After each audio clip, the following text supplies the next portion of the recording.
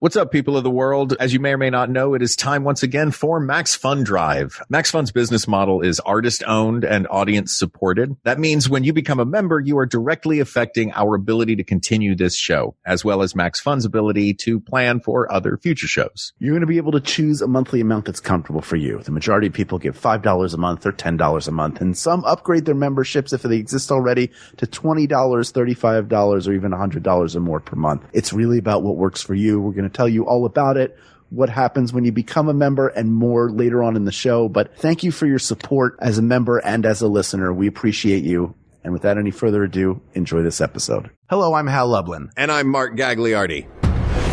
Since the dawn of humanity, one issue has gone unsettled.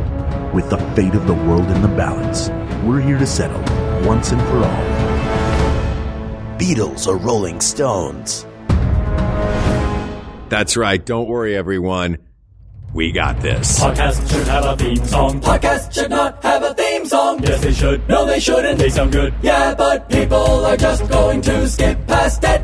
You know what? You're right. We got this. Beatles or Rolling Stones? I looked away for that. Whenever I do this, Colin Hanks, our guest. Hi, Colin. Hi. We're just going to jump right in. Hey, boys. I just make eye contact with Mark and it makes him uncomfortable. Yeah. And now I'm self-conscious about it. Now with like a It's third made person you in, uncomfortable. And now I'm going to he look just away. looks straight down when he says, I feel Beatles weird. or I Stones. feel weird doing it. It was a little weird to see you just looking down. Yeah. Beatles or Stones? Yeah. Nobody look at me. Beatles or Stones? I've never been more ashamed of myself. I didn't mean to. No. Now I feel like the last few episodes I've made it a thing. I didn't mean to make it a thing. I should feel bad. I should feel shame when I do it, right? Well, no, you should feel shame for some of your decisions that you've made on this show and that you've coerced me into. Well, all the decisions in general led me to having to do that voice at the top of each episode. So I've done this. I made my own bed, and I laid down on it. I just refuse to look at anybody while I'm there. Tough, but fair. What's wrong with that? Colin, thank you for being here. This is a doozy. I'm a excited. topic, and you are a rock and roll guy. I am. Can you just run us through a little bit your relationship with the Beatles and the Rolling Stones?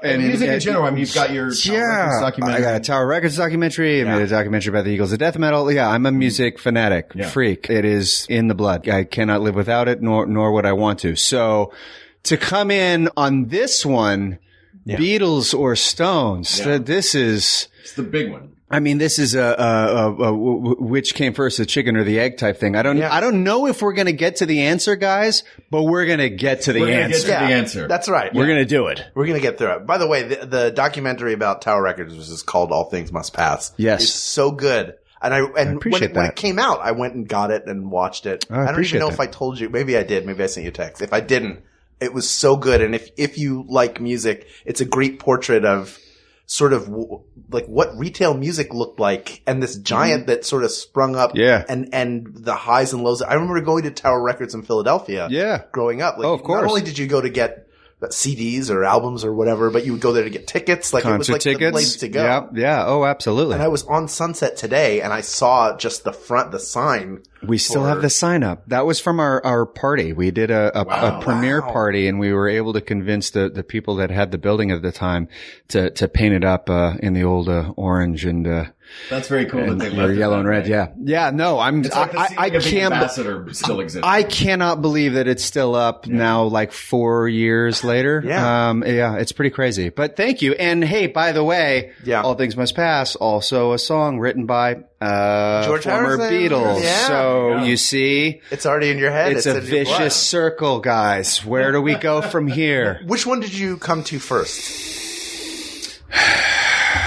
Which one, as in which Beatles or Stones? Because I feel like we hear both of their songs. We're all pretty much the same age to where we grew up. Their music was everywhere. Yeah, I mean, I came to the Beatles first. I was raised in a Beatles household, and I sort of feel like there are certain acts where there is that sort of line of demarcation. It's like, okay, either you grew up in a Beatles household or a Stones household. Yeah. Either you grew up in a Springsteen household or a Billy Joel household. Like, I feel like there's very definitive lines. But those are the pairings. It's not like there is. No. It's not It's not Beatles, Stones, Joel. No. It's always either or. Binary. It's always binary. It's always either or. So in my house, it was Beatles. That was it. My parents were big Beatles fans. My mom was a huge Beatles fan. Yeah. My dad is a massive Beatles fan. Sure. And so that was what was playing. That was really what was going on. And it wasn't until much later that then I realized, like, oh, well, my friend Will, he comes from a Stones household. And so I sort of got to understand a little bit more of what the Rolling Stones offered. So I'm much more Beatles versed than I am Stones, but like this, the Rolling Stones are the Rolling Stones. Like there's so much there. So there's a lot here, guys. There's a lot here. Just generally speaking, did you grow up an album person or a singles person? I guess albums. I started off with albums. Yeah. And then once I was able to start like buying my own, like I didn't go to a candy store. I went to record shops. And once I realized like, oh, well, maybe for those ones that you're not quite sure about, like maybe get the single first and then decide if you want to. Cardboard sleeve. Yeah. Tape. Yeah. You don't want the full clear plastic. Let's tape not go yet. full, hard plastic. Let's go with that cardboard just to see if we like this EMF band. And so that was really sort of where I got, would go for those more like unknown things where I sort of like roll on the dice a little bit. But predominantly it was, the cassette tape of the full album. That was really sort of my bread and butter. Well, CDs came along late enough that you had either, wax or you had a cassette where you either are sitting there fast forwarding to try to get to where your song is. Can I just say, I so often hear vinyl and not wax. I don't know why. When you say wax, it makes me think of Edison cylinders. Well, that's what I listen to everything on. You had Edison cylinders where you would pour right on his over. Didn't you have that really great album that was just a guy making a phone call to his secretary? It was so good. He just calls him in the room. Forgive me, I didn't mean to interrupt. It's unbelievable. I couldn't think of the word. Well, but once those CDs came out and you could fast forward to just the song number just right away, it was total game changer. Yeah. And you were like, but wait a minute, I can't like just press stop, walk away for 45 minutes and come back to the same part of the song. I have to like press pause. Like that tripped me up a little bit. Yeah. And then I realized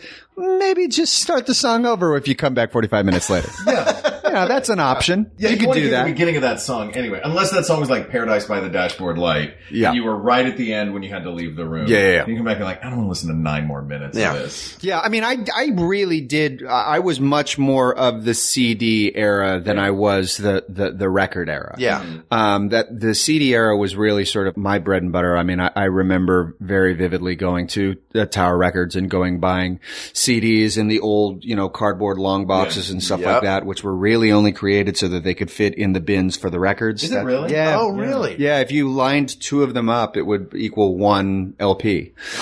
So it's basically just the people in the music industry saying like, we're too lazy. We're not going to rebuild these fixtures. No, you're going to use the same fixtures. So CDs was really sort of, was my thing. And ironically, the Beatles releasing their music on CD, that was a massive part of my childhood. Like remembering like my parents being like, oh man, we have these on CD.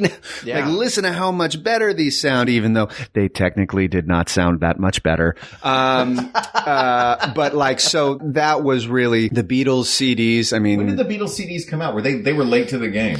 Well, so I'm going to be early 90s. I remember when that big Beatles like 2-disc the blue and red. Where they had where there was like the green side of the apple and the white side of the apple. That one was not just not the blue and red. You're talking about the anthology. The anthology. The anthology. I mean, that was early 90s, but I think their albums came out very, very early on in the CD. Oh, they did. Okay. Yeah. And that was really sort of more late 80s. I'm a little bit rusty on this knowledge. You're right. Yeah. But late 80s was really sort of the main time. And it wasn't until really, I sort of feel like, and this could be totally me making up. Yeah. Beep, bleep.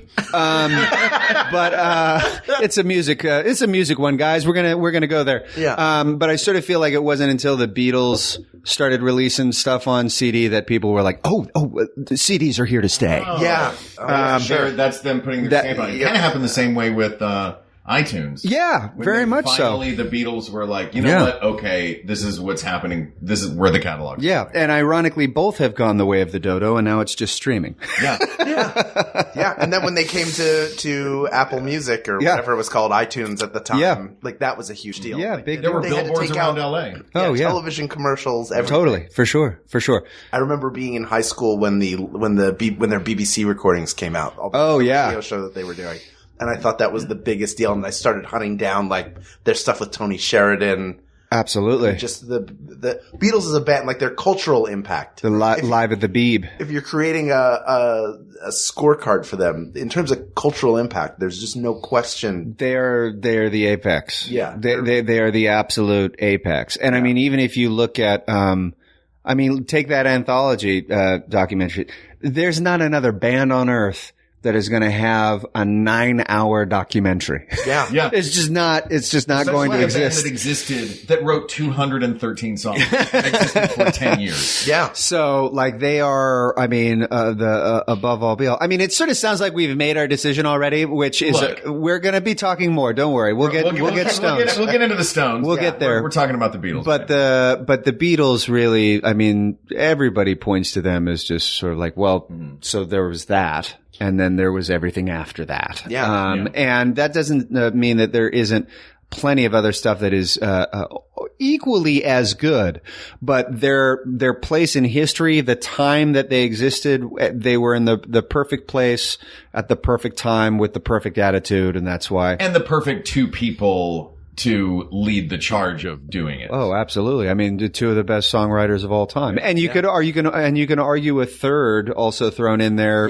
coming off the bench with George Harrison. Lennon and McCartney, you can't really top that. And were they the first, or the first just huge act that wrote their own songs? That's a really good question. Yeah. I sort of feel like, really, if you're really going to break it down, you almost have to talk about what the music culture was like just before the Beatles broke. Mm-hmm. Sure. And that really, it wasn't a rock and roll pop kind of atmosphere. That didn't really sort of exist in the way that everyone sort of assumes. Now that doesn't say that there wasn't the prototypes of all of that. Obviously there was, the music charts had been established and sort of had been a thing. And obviously there's, the people that influenced the Beatles like Chuck Berry and, all of these other great, rhythm and blues acts. All the Southerners from the 50s. Yeah, exactly. But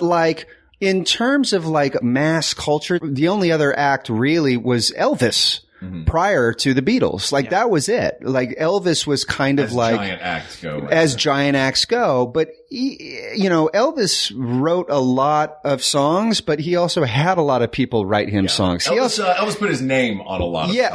He put his name on a lot of stuff too. He put his name on Love Me Tender, written by the person who wrote it, and Elvis Presley. Yeah. But he was also responsible for doing tons of standards as well. He still had that that crooner. Sure, Hound Dog wasn't his. Yeah. Blue Suede Shoes wasn't his. But he had that vibe of he could play guitar all by himself and you would be totally captivated, or you could see him performing, with an orchestra. Do you know what I mean? Big band. He would do all that. But the Beatles, if you look at it, even when they started off, they were doing some covers on those early records. But eventually they were only doing their own stuff. Yeah. Yeah. There was no sort of standards. And what's crazy when you actually really look at it is the kind of, most people just sort of point to the sitar, but if you look at all of the different kinds of music that the Beatles actually incorporated and turned the world onto.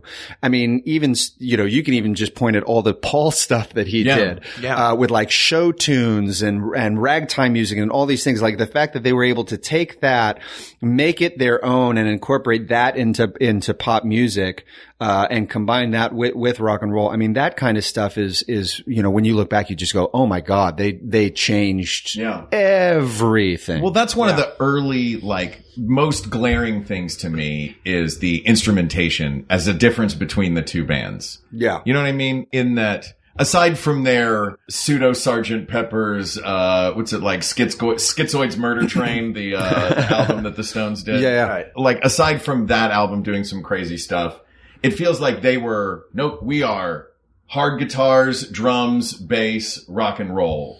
A lot of it. Sort of. For the most part. But like, as compared to the Beatles. Right. Yeah. But when you listen to like Sticky Fingers and they're combining country and rock in a way. But like still with the same the cover that the Beatles did of Act Naturally was like a cover of Buck Owens, who was a cover of somebody else. Yeah. They just took a popular song, did their version of it. Yeah. In terms of combining like a country and western sound with rock and roll, or like that honky tonk kind of rock and roll sound, that's something that they kind of helped Stones. pioneer. The Stones. Yeah. But I'm talking specifically about instrumentation. Right. Well, yeah. I mean, I think there's a really interesting sort of like diversion point, and it actually sort of is facilitated by the Beatles, and actually really more the Beach Boys with Pet Sounds. But there are two very definitive eras of the Beatles. There's the hard rockin' Beatles, that is the Cavern Club, Hamburg inspired Beatles. I Want to Hold Your Hand, She Loves You, yeah, and all that sort of stuff. The kind of stuff where you can't help but get up and dance.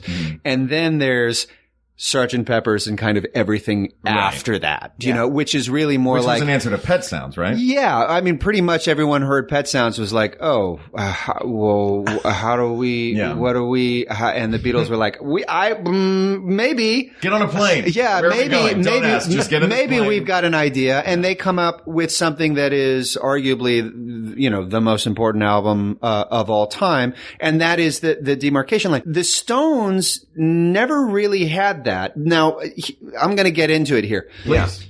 I think one of the hardest problems with this Stones Beatles thing is that the Beatles are finite, whereas the Stones are not. Yeah. The Stones are still around. They put an album out in 2016. They're still playing. They're still putting literally right now. Yes, they're probably in fact, I know for a fact that they're gearing up for a tour like soon. Like they're going back on the road very, very soon. So it's almost unfair because we can look at the Beatles and all of it is in the past. Right. Whereas with the Stones, you could make the argument, well, maybe they shouldn't have gone on for that long. Like, do we need anything after Steel Wheels in 1988? Right. And I'm not here to dismiss Bridges to Babylon or any of the things that came after Steel Wheels. Bridges to Babylon. But the fact is that the Beatles, so much of what everyone knows about the Beatles is already past. Mm-hmm.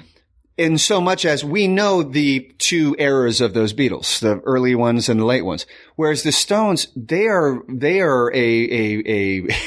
an amorphous, breathing, living thing that is actually still going on. Yeah. And they have just as many chapters to their story, and different, sort of like, periods, if you will, within their music. Yeah. But the one that is constant is that sort of bluesy, dark, kind of like a little bit more dangerous, Yeah.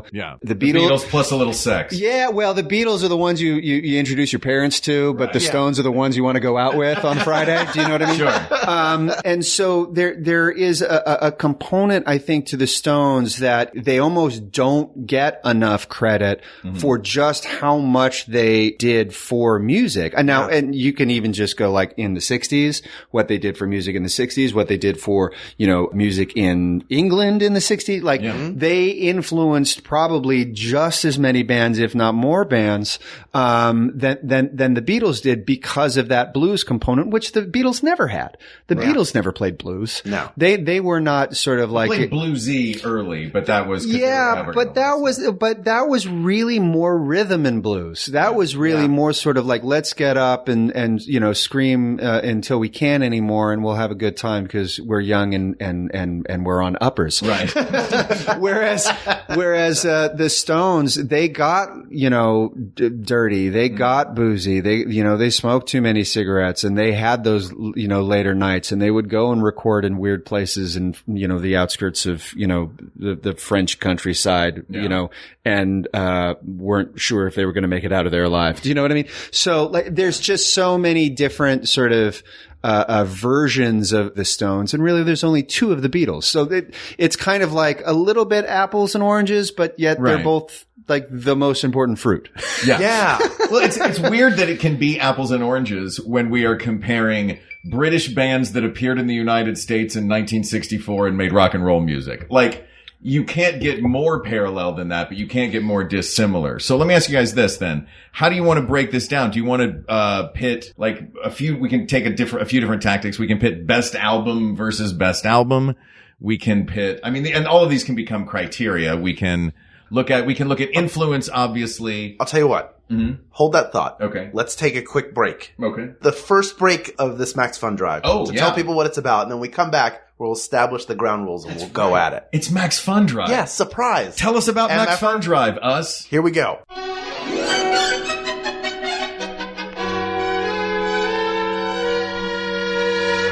As we mentioned before, it's Max Fun Drive, and we talked about what your membership means to us. We also get comments from you, the members of the Max Fun community, about what Maximum Fun means to you. And I have one here from Marissa in Magnolia, Alaska, who says, just getting my regular podcast in my feed has been a welcome distraction from all the craziness. Thank you so much for all you guys do. Thank you. Yeah, thank you for that. This is a very strange time we're living in, and we're blessed to be here and a part of helping people in our own small way get through it. And also, there's a lot of worthy causes right now that could use your support. And we know that some people are not in a financial position to be a Max Fund member. We completely understand that. But if you are in a position to invest in this show, we really do appreciate you supporting our ability to make it. Here's how you do it. You go to MaximumFun.org/join, and you'll see all the different ways that you can give. Again, most people choose $5 or $10 per month. Some support at $20 per month or more. We're truly grateful for whatever level of support you're comfortable with. It's very easy to put your credit card information in. That's how the money comes out. And make sure that you tell people the shows you listen to, including ours. That's how we benefit directly from your recurring monthly contribution. And of course, as in all other Max Fun drives, there are gifts. We've got a lot of really fun stuff for you this year, some fun surprises, new pins. And this year we've also put together the Max Fun game pack, which includes a set of Max Fun branded dice in a velvet bag with the rocket logo that we all know and love, as well as a deck of custom Max Fun inspired playing cards. Each of the face cards holds several designs that nod to different shows on the network. There's so many great shows on this network, including our friend Janet Varney's show, the JV Club, which you've got to listen to if you have not yet. I also want to give a shout out to our sister podcast, Can I Pet Your Dog, hosted by Renee Colvert and Alexis Preston, doing great work for all of the dog lovers and just people who love hilarious hosts. They're working so hard as we're all going through this to make sure they have something meaningful to share with you. And we're so grateful to those of you who support our ability to do this show, all of us, and be part of this network, not just for ourselves, but for all the people who enjoy what we do. You're supporting all of them as well and can continue to do so because of your membership. So again, if you have the wherewithal to do it, go to MaximumFun.org/join, become a member today or upgrade your existing membership. You get all sorts of gifts, but more importantly, you're supporting us and all the other hosts on the Maximum Fun Network. Now back to the show.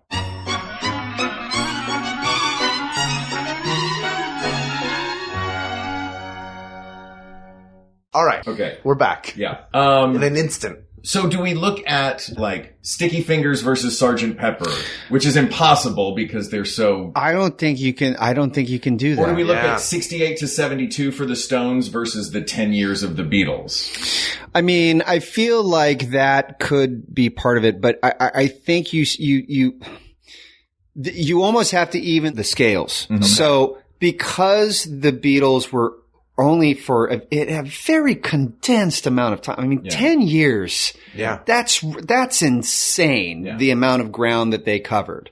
And yet the Stones, they were, they started maybe only 2 years, I think, maybe 3 years after the Beatles first started recording, but they didn't have their, what I think is their first really, flawless, perfect, record, Sticky Fingers. Yeah. That's not until 71. Yeah. And the Beatles are already done by that point. So, the 70s are such an important era for the Stones that I sort of feel like you can't go tit for tat. You really can't. Now, I'm going to admit something. I cheated and I found an article that broke down something. You brought literally paper broke with it down. You're pulling pages out of your pocket. I'm pulling pages Look at this. out of my pocket. Now, I don't mean to steal from something else, but I think this is an interesting way of breaking it down, and we can discuss it on our own. Okay. I swear that you have pulled a paper printout of an article that I read earlier and sent to Mark.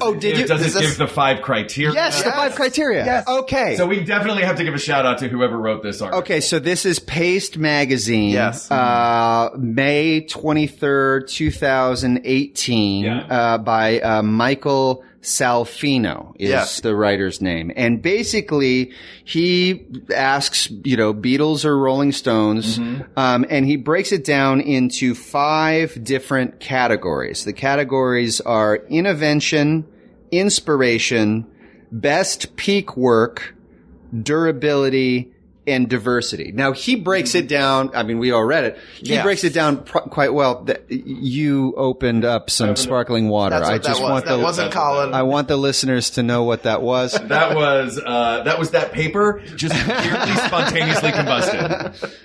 It just vanished. Now, I don't want to get into just regurgitating what this article was, but I thought that was a super fascinating way of breaking it down. That's where I stopped. Yeah. I read the criteria and then I went, I don't want to read his arguments on them. Yeah. No. And if you want to check it out at home, you can read the article and I think it's really good. And I think the way that maybe at the end we'll see where this phantom member of our table here, where they land. But I really like the idea of trying to start with those 5 things that are actually really sort of quite vague and yet also incredibly specific at the same time. Sound good? Yeah. That sounds great. Yeah. This something I thought of.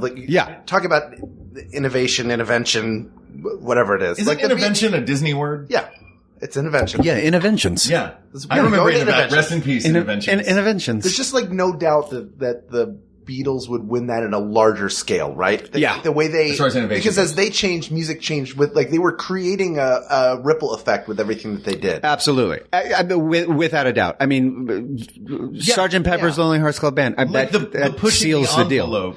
That seems like it was the Beatles' goal, and it didn't seem like it was the Rolling Stones. Even that bridge to the 2-album bridge of Rubber Soul and Revolver. Yes. Even those changes were I guess that's what we're all going to sound like. Well, and those 2 albums, I would argue, are my favorite Beatles albums, and they're kind of they're just a 2-disc album for me. Yeah. Because those 2 is the best combination of that young rocking Beatles that I really love, as well as the sort of sonic innovation that comes much, much later. Yeah. Revolver plays like a very cool rock musical to me. Absolutely. And not only, the fact that, that's where we're first hearing the sitar and stuff like that, but that's where they're playing guitar solos backwards and, using all of these different sounds that are then, I can't remember what it was, but there was something about, and Tomorrow Never Knows, it's not actually seagulls, but it's someone laughing or something like that. I can't remember. I've heard so many different things, but their innovation in and of itself is just insane. And by the way, did you guys listen to a few years ago, I want to say maybe it was a year and a half, 2 years ago, they re-released Sgt. Pepper's, And it was like they had gone back to all the masters. They'd gone back to all the masters, and they tweaked things a little bit the way that they, had initially KPC wanted played to. it in its entirety. Yes. And I listened to it when they played it. So the thing that was most fascinating about this, and it was something that I had never heard up until this came out, was just how altered John Lennon's voice was on Sgt. Pepper's. No kidding. That he hated the way his voice sounded. Now, Right. I think he's one of the best singers of all time. Sure. But he hated the way his voice sounded. And he hated it so much that he changed it just enough that it made him feel better. But for everyone else, you just thought it was, oh, well, that's his voice. That's John Lennon's voice. Right. And so even that amount of detail, just in that alone, never mind all of the other gigantic, huge stuff that they made, in the recording studio. I mean, you have to give it to them. Innovation, you absolutely have to. But on the other side of that, because I know we could all sit here and gush about the Beatles all day, all night. Mm-hmm. The Rolling Stones internally, I think, found a way to evolve without changing. If you listen to Satisfaction and then listen to their disco stuff in the 70s, even down to Start Me Up later on. Yeah. It all has their sound, but they figure out ways to evolve and like sort of stretch. I don't think they ever left where they were, but they always stretched out and found different ways. And Sticky Fingers is a great, like just every track on that feels different, but it's theirs. They have they know who they are, world, but they'll play around. Like my favorite rock song was Sitar, and it is Paint It Black. Yeah. I like it better than any of the Beatles stuff with it. That they had, like, those are my least favorite tracks. Yeah. Just because it felt like George was like, what if I played the sitar for, it'd be crackers if I played it for 20 minutes. And everyone else was just high enough to say, yes, that's a great idea. Yeah. Please do it. What a great new instrument you've got there, George. That's what I think made it so surprising. I mean, later on you got hints of the songwriter George was. Yeah. But that first double album when he finally broke free is here's every song I wanted to write that I couldn't get on an album because the two guys, two of the greatest songwriters of all time. Yeah, I'm the third greatest songwriter ever. Unfortunately, I'm in a band with number one and number two. Yeah, exactly. Well, see, but I think you bring up a really important point, especially with the Stones, and it sort of goes into what I was saying earlier in terms of they're still around. Yeah. They actually had to find the way to survive decades and decades and decades, where the Beatles, they never even made it past one decade. They just did one and that was it. Do you think that part of it is that they did so much, that they did so many different styles, so many different things that that's harder to maintain than what the Stones, because the Stones to me have a sound that is the Stones. Like if I think about the Beatles, I put them on a blank white canvas. If I think about the Stones, I put them in a dingy bar with beer bottles. You know what I mean? And totally. I think the Stones were allowed to have their own lives, and the Beatles never were allowed to have their own lives. Yeah. I feel like... How much of this do you think is backstage? Well, I mean, I think there's always part of it. Do you know what I mean? The Beatles were the four most identifiable people on the face of the earth. Yeah. Besides the Pope and Elvis. Like those were the only other two that really sort of had it. And so you had a group that could not go anywhere, out without it becoming like a thing. Obviously Beatlemania being the best example of them running down the street and getting chased. And I'm not saying it was always like that, but it was, I would say more of a business than it was being the Rolling Stones, which is ironic because when you look at the Rolling Stones now, you go, that's the most successful business there is. Yeah. Do you know what I mean? Like it took time for them to get there, but the Stones could go and fuck off to France for however long and go make, Exile on Main Street. Like they could go do that. The Beatles could never do that. The Beatles, there was I feel like, and this is me totally making it up, but it feels like there was like, no, we're going to go into Abbey Road. We're going to meet up with Sir George Martin. We're going to record whatever it is you guys want to record, and he's going to help you do that. But this is what it's going to be. And they spent so much of their career fighting to get their sort of creativity and their schedule to their own making and own liking. Right. But at that point, it was still, the demand was so high from the public that it just crushed under its own weight. Whereas I think the Stones had much more time to be able to grow and evolve, which, look, I'm not saying that the Stones were not also one of the most popular bands on the face of the planet. Yeah, exactly. They were in a bar band watching Beatles on TV and turning it off. Not at all. I mean, Pachanga. No, I mean, when the, when the Beatles, do the, big, love, world broadcast, the Stones are in there too. Yeah. Do you know what I mean? And they're going like, great, we don't have to play, so we can, what do you got? Yeah, I'll take some of that. It almost sounds like the guy with the headset and the clipboard worked for the Rolling Stones, but the Beatles worked for their guy with the headset and the clipboard. A little bit, yeah.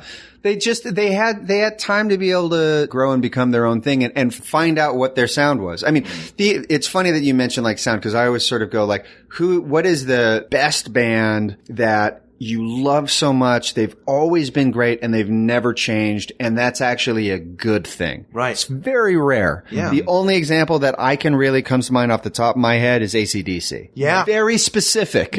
Yeah. Very specific kind of music. There are a lot of people that are like, I do not care for that. I am not thunderstruck. Thank you very much. Right. Whereas the Stones, I sort of feel like everyone can hear the Stones and go like, oh yeah, Stones. Yeah, they're good. I like them. Yeah.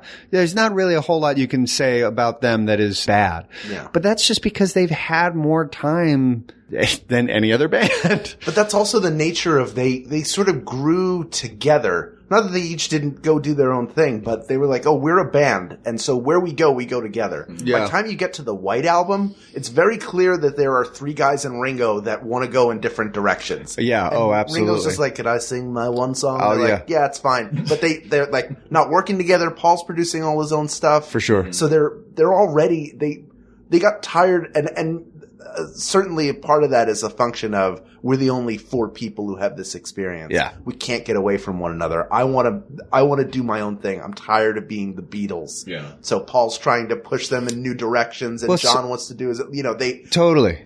And the Stones haven't really gotten there. That was what I was saying before. Is it that like they just did so much so fast that it's like, guys, I got to get away from this. Had it been slower, would they even have stayed together? Like, would they ever have reunited at some point in the would they have done Live Aid together if they were all sure alive? They would have. Yeah. I mean, yeah, absolutely. I think they would have for sure. I mean, that's the thing that I think ultimately makes it so sad is that, it just never got to that age. Do you know what I mean? But I think they would have for sure. I think there's another interesting dynamic here that it's really sort of just occurred to me. For whatever reason. We're talking about the Beatles. You're talking about the two best, songwriters, in history with McCartney and Lennon. Yeah, Andrew McCarthy. and Cynthia Lennon. And Cynthia Lennon. That's right. Yeah. But they both played guitars. They're guitar players. Mm-hmm. They're, Paul's bass player, but, a multi-instrumentalist, but they both play instruments. Mick Jagger's a frontman. Now he plays guitar, but he's not known as the guitar player in the Rolling Stones. Yeah. He's not known as a guitar player in the Rolling Stones. He's Mick Jagger. He dances. He's the front man. Beatles never had a front man. The Stones do. And so the dynamic there between, Mick Jagger, Keith Richards, them being the two primary forces in that band, that's a totally different dynamic than Lennon and McCartney. So I feel like there's also like an imbalance there where it's, you can't compare them because they're different. They're different beasts entirely. Right.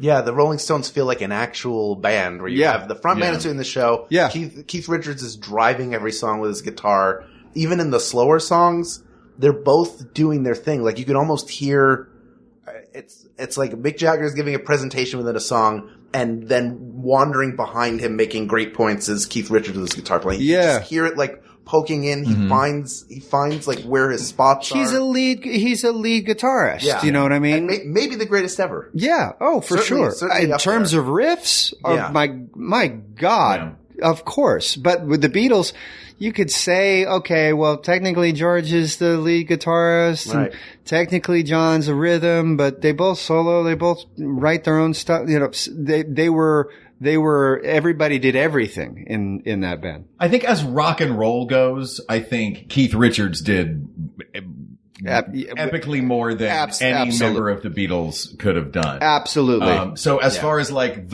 I think the Rolling Stones made better rock and roll music. Yes. Like made better, like straight up rock, driving bluesy rock and roll music. Yes. I totally agree. Yeah. But the Beatles are, you know, the more innovative band. We were talking about innovation as the first. I do want to do a quick sidebar though and talk about the Monkees. The front man and a lead singer, the Monkees. Here's the thing about Davy Jones, guys. Mickey Dolenz backing him up, like when he had those hearts in his eyes. He had this locker. Yeah. And He did. No, as far as frontmen go, and forgive me for sounding like my grandparents right now. Yeah. But there is something to be said for, Bing Crosby.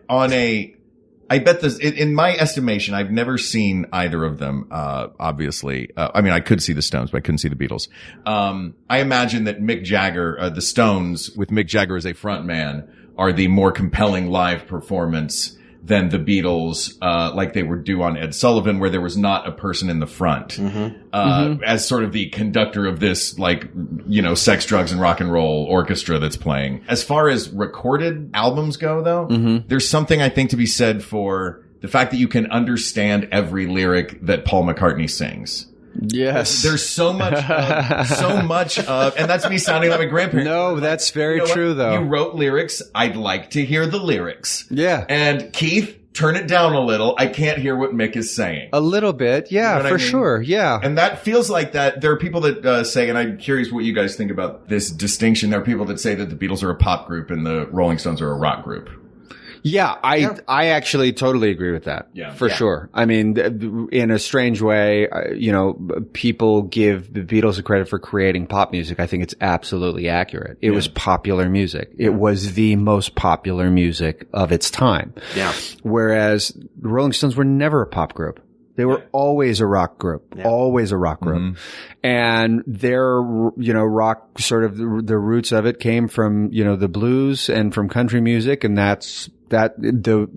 had that on their sleeve. Yeah. And they've never tried to really be anything else, you know, with the exception of maybe a couple of those, you know, we're going to try and do a Sgt. Pepper's type thing. Do you know what I mean? It was Suicide Sex Dungeon or whatever it's called. It was though. God, I'm going to try. This is the point in the podcast where someone says Google it, but we're not going to do that. We're not going to do that. Look at us. We have no laptops, Look at no you. You iPads. printed out a web page. He printed out a MapQuest to get here. His Majesty's Secret Service, Satanic Service, something. Satan is in the name. Yeah, Satan's. Because they're a rock and roll band. You guys, Satan's in all the good stuff. Satan's in there. Always there. But yeah, they were always a rock group, you know, and sometimes in the rock groups, you don't have to know what they're saying. Yeah, that's the thing. No, because the lyrics are way more. That's on third or fourth or fifth listen. Yeah. But then if you listen to a song like Brown Sugar, you're like, oh, this is about something that nobody of the Beatles came close to touching, which is like, I'm a white guy who's in love with a black girl. Yes. Yeah. Like, that's a huge. They You sort want of to talk snuck innovation it in there. or intervention? That was a great. What an an intervention. intervention! Welcome to Disney. Well, that actually brings to the next thing. Inspiration was the other, was the second of the criteria. Does that mean their inspiration or the inspiration that they have given? Well, the number and quality of groups that are deemed by music historians and critics to have built their sonic landscape upon their foundation. Oh. So basically that inspired the most groups. Which band has more bands on their shoulders? I have maybe a twist on this. Yeah. Because I know they go like, here's a list according to All Music. Yeah. If you were to pick the most direct descendant of each band playing today, and it could be somebody who's been around for a while. Mm-hmm. Who would you say is the closest to one or the other? Is there one that stands out to you? See, what's interesting is, and this kind of goes to what you were just saying earlier, Mark, is that I can say, oh, this sounds like the Stones, but really it sounds like rock music. Right. Right. Do you know what I mean? Yeah. Like that sounds like bluesy rock music that I'd hear at a bar. Yeah. Whereas there are very specific sounds where I'm like, oh, that sounds like Sgt. Pepper's Beatles era pop music. It's such a variety with the Beatles that Yes. I feel like there's a very specific kind of sound where you go, that's the Beatles. That is what the Beatles sound like. And it goes from Tears for Fears, Sowing the Seeds of Love, to something else that's probably a little bit more relevant that I can't think of off the top of my head. Whereas, with the Stones, I think it's more kind of, are you going to go my way, Lenny Kravitz? Again, I'm not speaking in the most up-to-date terms. Right. But there's that kind of thing. I just feel that on the whole, the Beatles just inspired so many other groups. Yeah. Both at the beginning with the whole English invasion, in which the Stones were part of that. Mm-hmm. Yeah. So part of that technically second wave, at least here in the States. But, just like throughout, like up until now, there's still people that, I mean, they did so much. Whereas the Stones, I feel like you almost give that credit more to rock and roll than you do maybe the Rolling Stones. They're the best example of rock and roll music. Yes. So how much can be attributed to the Stones and how much can be attributed to rock and roll, and how intertwined are they? Yeah. Because the question was Beatles versus Stones. The question wasn't which is the greatest rock band of all time, the Beatles or the Stones. Right, but I wonder if it's one of those things where, we all grew up with a ton of romantic comedies being made and released when we were of age to be watching them. Sure. And then when you go back and watch something like It Happened One Night, you go, well, this is just the same formula. Yeah. Like this is romantic comedy. Invented the formula. And then you realize, they established everything else. They crawled so everything else could walk, run, fly. Yeah. And I think to an extent that's something that the Rolling Stones did. Maybe more than the Who came more from the mod movement in terms of like bluesy rock. Yeah. They're everywhere now. Like the Who's a whole nother. Yeah. They're on their own island. Yeah. They really are. They're an island of theatricality. Yeah. That island is playing Fantasmic from Disneyland at all times. At some corner of that island that Roger Daltrey is on. And like Led Zeppelin too. Yeah. They're kind of the maybe direct next step of the Rolling Stones, even though you can't say that they came from it, but they also have that I steal blues and make it rock. There is a very specific quote of Jimmy Page, I think it was actually in this article, in which he says, if there were no Beatles, there would be no Led Zeppelin. Sure. Which feels so like the opposite of the case. Cause when I think of Led Zeppelin, I think, well, that's all blues. Mm-hmm. Right. That's all like, we're going to take the blues and we're going to just cram it with all of this other stuff. And then we're going to make it into something completely bigger and louder than anything anyone has ever heard before. That doesn't sound like the Beatles to me. I think, well, it doesn't necessarily sound like it, but do you think it might be that the idea, and I'm sure that this idea has been around for a long time with all arts and sciences, but innovation as the primary virtue is something that the Beatles dropped. And that they dropped into music, they dropped into comedy, they dropped into, all arts in general, the idea that innovation is the most important thing. Well, the thing that I loved about the Beatles truly is just how much they admit how much everyone else rubbed off on them and pushed them to do better. Yeah. And I think that fell into almost every single category that they sort of, every part of the sandbox that they played in. Yeah. Music as collaboration. Yeah. Music is collaboration. From band to band. Yeah. But then also even just enjoying the humor of Dick Lester and then him, directing A Hard Day's Night. You know what I mean? Like they were constantly, talking about, comedy and books and they had incredible senses of humor, which, a lot of bands don't have. But they were always saying no, the Beach Boys were the ones that pushed us to do, Sgt. Pepper's. But then we heard Jimi Hendrix do Sgt. Pepper's the weekend that it came out. I think it came out on a Friday and then Paul McCartney saw Hendrix perform it on a Sunday. You recorded that the song? Sgt. Pepper's like that weekend, like the weekend that it came out. And even Paul's like, wow, he's now taking it to some other place. Like, so like they were constantly just fans and were constantly inspired by other people and were very vocal about it. But, like, I don't know. I mean, even Ozzy Osbourne says that the Beatles were a huge inspiration on him. Even if you look at the Ramones, right? The Ramones' first punk band, right? So dangerous when they come. Oh my goodness. So dangerous, right? You listen to them now. It's pop songs. It's pop music. Yeah. Just played very loud and very fast, which was very uncomfortable for people at the time. But it is as close to the Beatles as you could get. I mean, it's insane. So for inspiration, I feel like there are tons of people that are inspired by the Stones. There's no doubt. But the Beatles just left such a mark on music that they win that round. Yeah. And you can deify them because they no longer exist. I like that. There's the Rolling Stones. They can continue to exist. Yeah, James Dean's one of the greatest of all time because he made 3 movies. Yeah. Well, and so this best peak work is the next thing. Yeah. Best peak work, I think, is unfair because the Beatles were only around for 10 years. The Stones were around for a lot longer. Mm-hmm. The Stones have some lean years in there where maybe they're not that great. But when they are great, like Sticky Fingers, it's perfect. Yeah, it's a perfect album. It's absolutely perfect. It is one singular kind of thing. It's not trying to be anything else. Yeah. It's not trying to push anything. It's just like, this is a rock record. This is what this rock record is going to sound like. Now we're going to slow it down for one. Still a rock record. Still a rock record. Slow it down. Now we're going to play one in 6/8. Still a rock record. Still a rock record. Here's another really loud rock record. Yeah. And so they had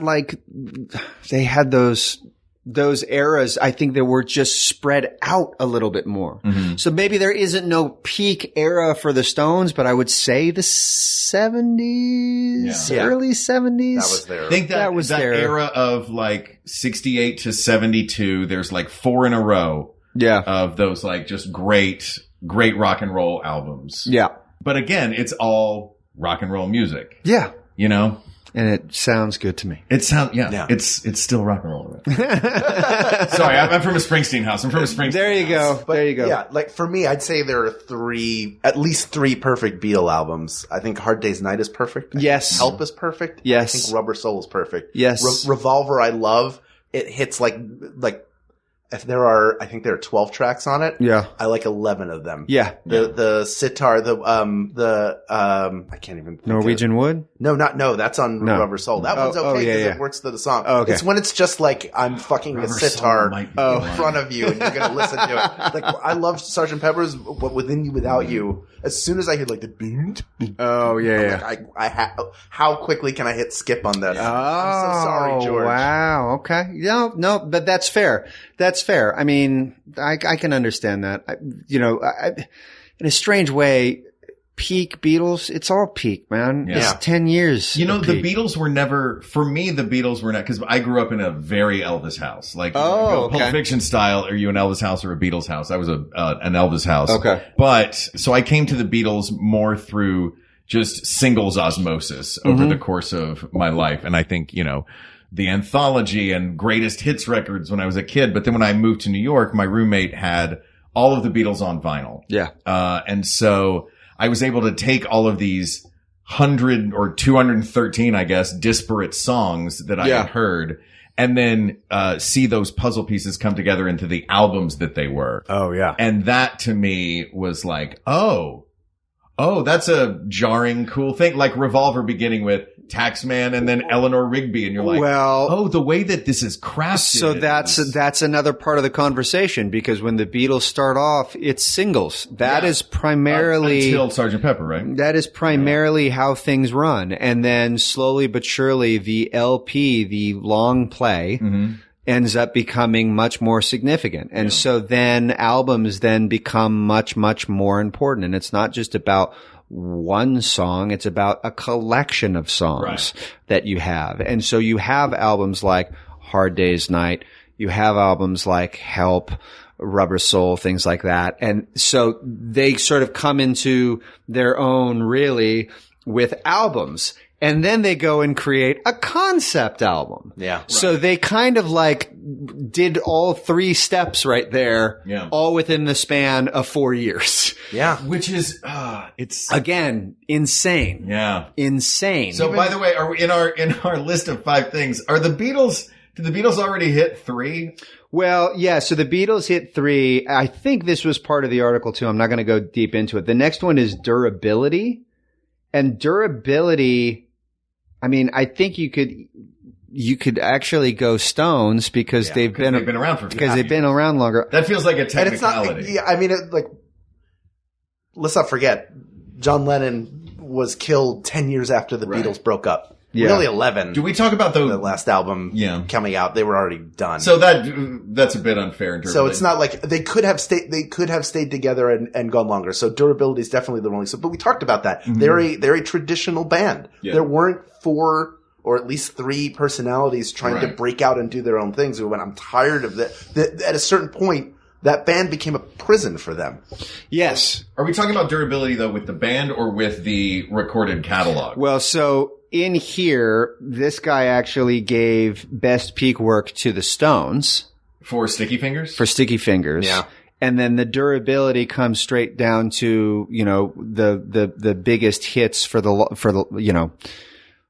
Sgt. Pepper's still charting years and years later. Right. I actually take it the other way around. Since we're talking about the band. Yeah, I think since we're talking about the bands themselves, I sort of feel like you almost have to sort of go, well, no, I mean, the Stones were more durable because they're still here. They're still playing. Yeah. And that has nothing to do with outside factors in terms of like, death and murder and stuff like that. No, I mean, you could take it by the individual and the ones that are still alive. Yeah. The Rolling Stones are still playing tonight. Ringo Starr puts out a video on Twitter that says he's done signing autographs. Peace and love. Peace and love. Oh, my favorite. You know what I mean? Like, peace and love. You want to talk durability? I mean, I feel like, I mean, spot on. I mean, the Beatles, their demise was almost baked into it, from the moment it came out. It was a commodity that was to be bought and sold, at the highest price. For artists. Yeah. And that was, something that they rebelled against and ended up giving us some of the greatest art, Help is literally a song like begging for help. I mean, he said so. It was like, I'm literally singing, help me. Help me. And so, they mined everything they possibly could out of that scenario, and the 4 of them, they helped get each other through that. You know what I mean? Was it the story that when Lennon puts out the 2 Virgins album with Yoko and they're naked on the cover, and he gets a phone call from Ringo, and Ringo's like, John, when you do this kind of stuff, we all have to answer for it. And John says, no, you only have to answer the phone. And so, like, there's just, they helped themselves get through it. They understood each other more, but there was also the end of it was baked in. There was only so much time that was going to be able to survive. A star that shines that bright can only last for so long. Yes, exactly. There's a shelf life to that. Whereas, Keith Richards has clearly shown that he's going to just dance on that edge for as long as humanly possible. Yeah. And, to quote Bill Hicks, there's a ledge beyond the edge. So he's going to be fine. Yeah. So, all right. So then diversity. Okay. Diversity. This is the one that all a bunch of white dudes. So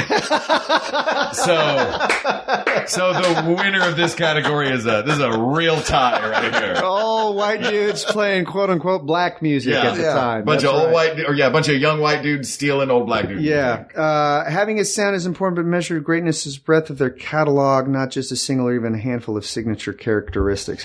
I mean, that's really just talking about, basically what we were talking about, the Stones play rock and roll music, whereas the Beatles played pop and they played all sorts of different kinds of stuff. That's clearly a Beatles, like, that's clearly got the edge for the Beatles then for diversity. Yeah. Yeah. Oh, yeah. Absolutely. I just want to say one thing. Like, we talk about how the Beatles music lives forever. And in that way, it's kind of encased in amber. Yes. It's almost timeless. Totally. It still works Absolutely. today.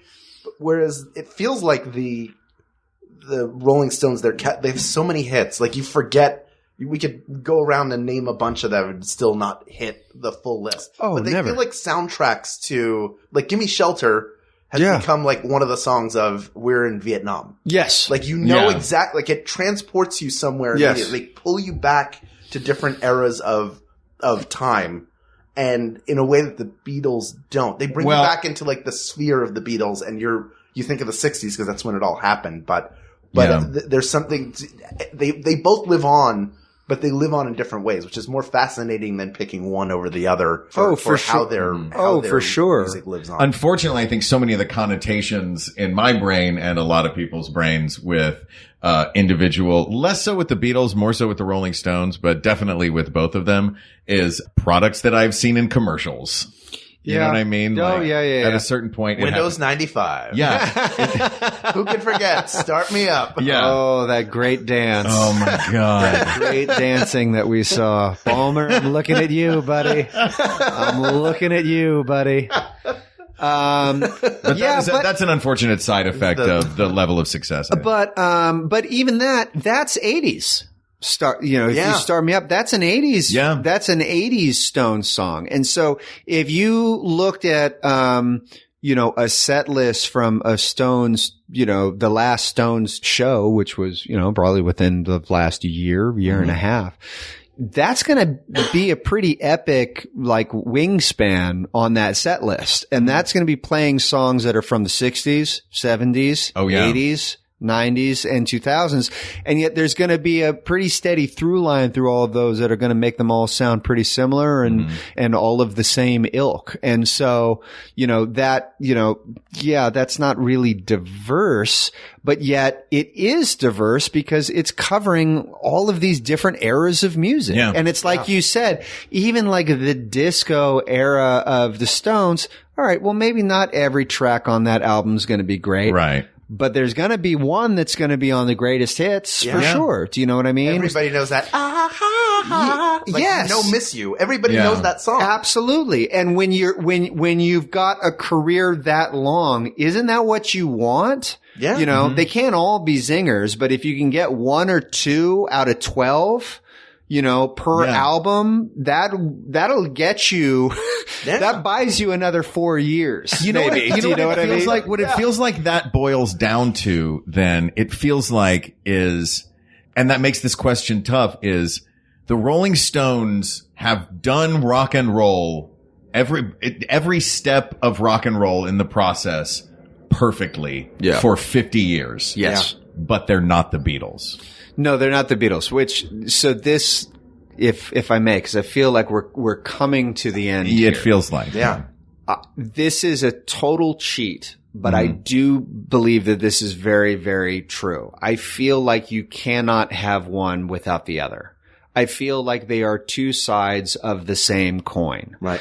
In that they are pop music, they are rock and roll music. One is light, one is dark, but there was dark in the light and there is light in the dark, and that the two of them, while similar in some regards and completely different in others, they can't live without each other in some strange way. Yeah. And they're always going to be intertwined, and the conversation is always going to be Beatles or Stones. Sure. And it is literally, which came first, the chicken or the egg? You can't answer it truly. Well, here's the problem though, Colin, is they may be the different sides of the same coin, but on this show, we have to flip that coin. And before we do, We're going to tell everybody about some of the great gifts they can get during Max Fun Drive. That's just one more pledge drive. That is some Great. professional That's how we podcasting do right it. there. That's it. Right? That's professional. ListenStamps.com. I'm available. Tell them. You can do it. Tell the people. Get a big postage machine in your house or whatever. Tell the people. They're not giving us any money. Tell them. Come on, Blue Apron. I got my Hella Fresh apron over there. Why are Maybe you don't sending tell me an them apron? like that. Yeah, Maybe don't tell don't them do that. that. No. Hello Fresh. Sorry. There you go. Yeah. There it is.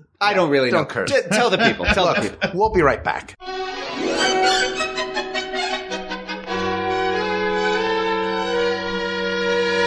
Hey, everybody. Once again, I just want to say thank you to everyone who's gone out of their way to support We Got This as a Maximum Fun member. You really are the reason that we're able to continue creating this show, and we cannot thank you enough. Absolutely. And for those of you listening, if you haven't had the chance to become a member yet, but you can, do that at MaximumFun.org/join. Just remember during that process to let them know that you listen to We Got This with Mark and Hal. That's how our show benefits directly from your contribution. Thank you again. This is only week 1, so that means 3 more weeks of premium content are headed your way. We'll see you next week for week 2 of Max Fun Drive, another really fun episode and more information about what your membership does for us. Thank you. See you then. Back to the show.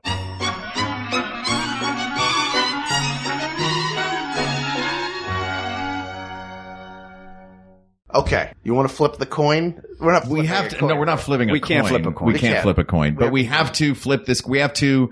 This coin has to land with one side face up, knowing full well that the other side is underneath this coin. So we have to land this coin face up. Whichever one we pick. The other group's catalog is wiped from history. That's true. Cannot be listened to anymore. Yeah. Wiped from the archives? Yeah, it's gone. That's a I'm bummer. taking a magnet to all of it. It's gone. Wow. Done. Okay. Well, if that was the case, magnet. if that's the case, I pick Springsteen and Billy Joel can go bye-bye. Yeah. Oh, no. Oh, interesting. But I'm a white Jewish kid who grew up in the suburbs on the East Coast. Yeah, I know. That seems to be the only Billy Joel fans I there know. are. No, Like, I'm joking. My first I'm concert was joking. Stormfront. Can I tell you? It was. I was so excited to be there. 'Cause, like, I Did he know make all it the rain words. on stage? No, Is he that one of didn't make those it where he rain. did like the curtain of rain down front, and then he did? He did. We didn't start the fire, and I was course. singing along because I knew all the words. I was yeah. so proud of Didn't myself. start the fire. He didn't. Yeah, he didn't start. Oh my goodness. Okay. Springsteen is still the best concert I've ever seen. Yeah. I'm a Springsteen guy, but that's another That's a podcast. whole other That's a whole episode. other podcast in which I can't talk about, Billy Joel. Let's stick with it. All right. Does he have a restraining order out against you? No, he doesn't. He's fine. He's fine. He's fine. Yeah. Great. He wrote Oliver and Company. The guys. people that love him. Great. I have no problem with you loving him. Well, we do have a problem with you loving both the Beatles and the Rolling Stones. Okay, here we go. Am I going first? I feel like I have to go first. Yeah, go ahead. I feel Go like first, I have to please. go first. Only because you guys are the hosts, and so you guys have final say. Oh, If I have to choose, I have to go with the Beatles. I'm Beatles all day. I'm also Beatles. I'm Also okay. Beatles. I feel like we all were trying to do the same dance, which was, can we say enough nice things Yeah. about the Rolling Stones? And knowing yet that we still said more nice things about the Beatles than we did Yeah. about the Rolling Stones. But We that- couldn't I even think it get some really of their does name come titles down. out. Yeah, it does come down to that. Like, they're the greatest rock and roll band of all time, but they're not the Beatles. But they're not the Beatles. Yeah. I also think the Amber argument is really sort of the clincher, is that so much of the Beatles is just that lore is in Amber now and is looked at, and looked back. I mean, they teach classes about the Beatles. Yeah. They had a 9-hour documentary about them. You can name the albums. We named how many Stones albums? Maybe Four? 3, Yeah. 4. Only one of which I know really well, and the other Yeah. ones I just kind of know the one. You know the big hits. The Yeah. two big hits off of. Sure. Do you know what I mean? But that's only because the Beatles were around for that, those 10 years or 8 years or what, whatever it actually is. So, Yeah. the Beatles, man, it's, they changed absolutely everything, Yeah. So People of the world. That's it. that's it. It's They been took, decided. Like these 4 guys, I think like a good sort of analogy for their careers is the end, the final track on really what is their final album. Let It Be Yeah. was released later. That idea of like they all are taking turns and you get to see how talented they are together. And you realize how special it was to have 4 people that talented play together the way that they could and the way that they did and change music for as long as they did. It's amazing that they made it for 10 years, considering the depth and breadth of work that they all did. Even Ringo getting out of it. You got to see like who they really were. Oh, for sure. And somehow when they came together, it was magic. And by the way, like I do want to say, because we've given love to everyone really but Ringo. I want to go on record as saying, in terms of a drummer making an intro into a song. Now, I don't mean a drum intro, but literally the drums kicking into a song. Right. Yeah. Ringo was one of the best starters of all time. Oh, I like that. He could start a drum beat flawlessly. And it might not have been the most exciting drum beat. It might not have seemed all that interesting. Yeah. It might have just been a boom boom on a couple of toms, and then we're into Octopus's Garden, whatever it is. Yeah. But his ability to start a song with the drums is unparalleled. Yeah. I mean, he's really that's why he's one of the best drummers that there is. Yeah. Is because of his ability to just start the line, to start the drum line. Yeah. That in and of itself is incredible. He's and the heartbeat. He is. Those other three can't exist without him. And if you want proof, sure Pete Best would like to talk to you. Oh man, how many people claim to be the fifth Beatle? Aren't there like 3 or 4 of them? No, well, Pete Best is the one that everybody knows. Pete Best, Stuart Sutcliffe, and then Brian Epstein is technically the fifth who didn't play with them. Yeah, and I can't. Well, I'm the fifth who didn't play with them. Billy Preston played with them, and then oh God, what was his name? There was a tour very early on in the Netherlands, and there was a kid who sat in for Ringo when he was sick, and he played like 8 dates with the Beatles. Oh, yes. Wow. Yeah. Which is insane. If you ever read Uncle John's Bathroom Readers, you will find the short story, because it's filled with great little articles, and one of them is about him. Oh, really? Or like the kid who, when Keith Moon passed out at a Who concert, came up and was a drummer, like a 17-year-old who knew all their songs and played with them. Played like hence the dream, hence the universal dream that everyone has. Exactly. That movie, Rockstar? Oh yeah, our drummer broke his arm. Is anyone here? I know how to play drums. Yep. It happened to that Filipino dude with Journey. That's true. That was a reality show. No, they just picked that kid up because didn't they? I don't watch Filipino reality shows. That's true. I don't either. Well, I don't know why I said that's true. I'm like, that's true. Colin does not watch Filipino reality shows. That's where all the lead singers are coming from. I can totally vouch for that. I don't even know the channels in the Philippines. I mean, they have the same numbers as us. Do they still? Do they have like a Filipino TV guide? I don't know how to. Yeah. Oh, they do. Okay. Yeah. Oh, of course they do. It's that old TV guide channel that we used to have, where you have to wait for your the channel. Scroll back up. That was like the worst. That was the worst. You're like, what's on channel 34? And then you click on that channel and you see 36, 37 and you get that going. Unbelievable. Yeah. The worst. Wow. I haven't thought about that in a long time. Guys, we did it. We did it. Colin Hanks, answered. Thank you for coming on the show. Thank you so much for having me, guys. Blast. Do you have anything you want to plug? You're working on? I got absolutely nothing. Normally I wear makeup and pretend to be other people, but right now I've got a break. You got Hank's kerchiefs? So I got I got Hank's kerchiefs. HanksKerchiefs.com if you're looking for Did you do the jacket thing? I haven't done the jacket thing. I'm working on the jacket thing. Lining the jackets with him is a cool trying to make the jacket thing work. What made you get into that? I have always carried one with me. It has just always been, it was handed down from me from my dad and from my grandpa. It was just, I always have one with me, and it would just, one of these days I was like, I think I'm going to try and do something different. Yeah. And I came up with this idea randomly at a baseball game, and it's been a ton of fun, and it's actually become incredibly successful, and it's taking up more and more of my time, which is good. Yeah. Yeah. Because it's great. It's groovy, cool pattern, bespoke handkerchiefs. I'm trying to, little kerchiefs for everybody. Yeah. Yeah. It's cool. Well, thank you for coming on the show. Thanks for having me, boys. This is very cool.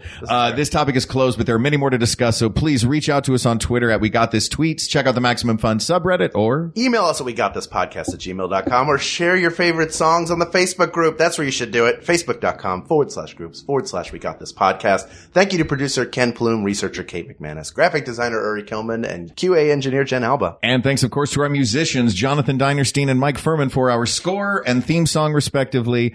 And thanks to you, our listeners, without whom we would not have sat here and talked with Colin about these two amazing, amazing bands. Not with microphones. Not with microphones. So let me say, I want to hold your hand, and Wild Horses couldn't tear us apart. For Hal Lublin, I'm Mark Gagliardi. For Mark Gagliardi, I'm Hal Lublin. And don't worry, everybody. We got this. We got this. MaximumFun.org. Comedy and culture. Artist owned. Audience supported.